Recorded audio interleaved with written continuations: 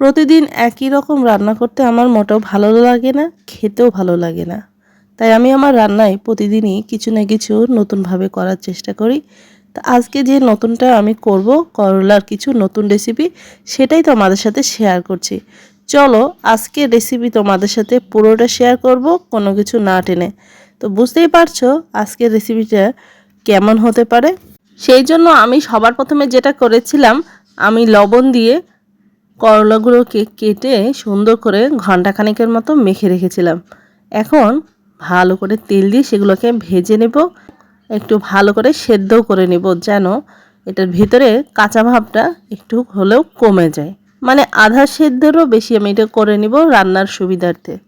দেখো বন্ধুরা, আমি অনেকটা সময় নিয়ে আমার ভাজাটাও শেষ হয়ে গেছে। এখন আমি এটার মশলা রেডি করে নেব। তো মশলার মধ্যে কি কি দিয়েছি তোমরা দেখতেই পাচ্ছ।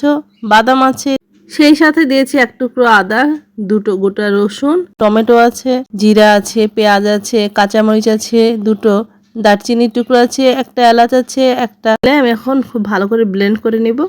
এখন এই মশলাটাকে ভালো করে আমি কষিয়ে নিব সামান্য তেল দিয়ে। সামান্য তো না, আমি অনেকটা তেল দিয়েছি, কারণ এইটার গ্রেভিটাই অনেক মজার হবে।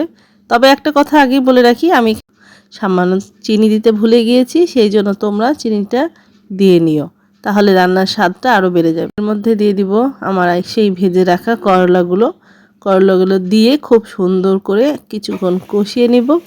আর সাথে ভাজা করলার সাথে কিছু কাঁচামরিচ অ্যাড করব, যাতে ফ্লেভারটা দুর্দান্ত হয়ে যায়।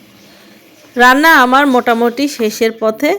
এখন কথায় কথায় রান্নাও হয়ে গেল দেখো, আর দেখতে কত সুন্দর হয়েছে। আমি রান্নাটা শেষ করেছি এবং এত সুন্দর হয়েছিল খেতে, আমি অনেকটা ভাত খেয়েছি। এখন তোমরা রান্না করে কতটুকু ভাত খেয়েছো সেটা অবশ্যই কমেন্টে জানিয়ে যাও। আজ এ পর্যন্তই। ধলা করলার রেসিপিটা কেমন হয়েছে জানাতে ভুলো না কিন্তু। সবাই ভালো থেকো। আজ এ পর্যন্তই। আবারও দেখা হবে নেক্সট কোনো ভিডিও নিয়ে। ততক্ষণ পর্যন্ত সঙ্গে থেকো। আল্লাহ হাফিজ।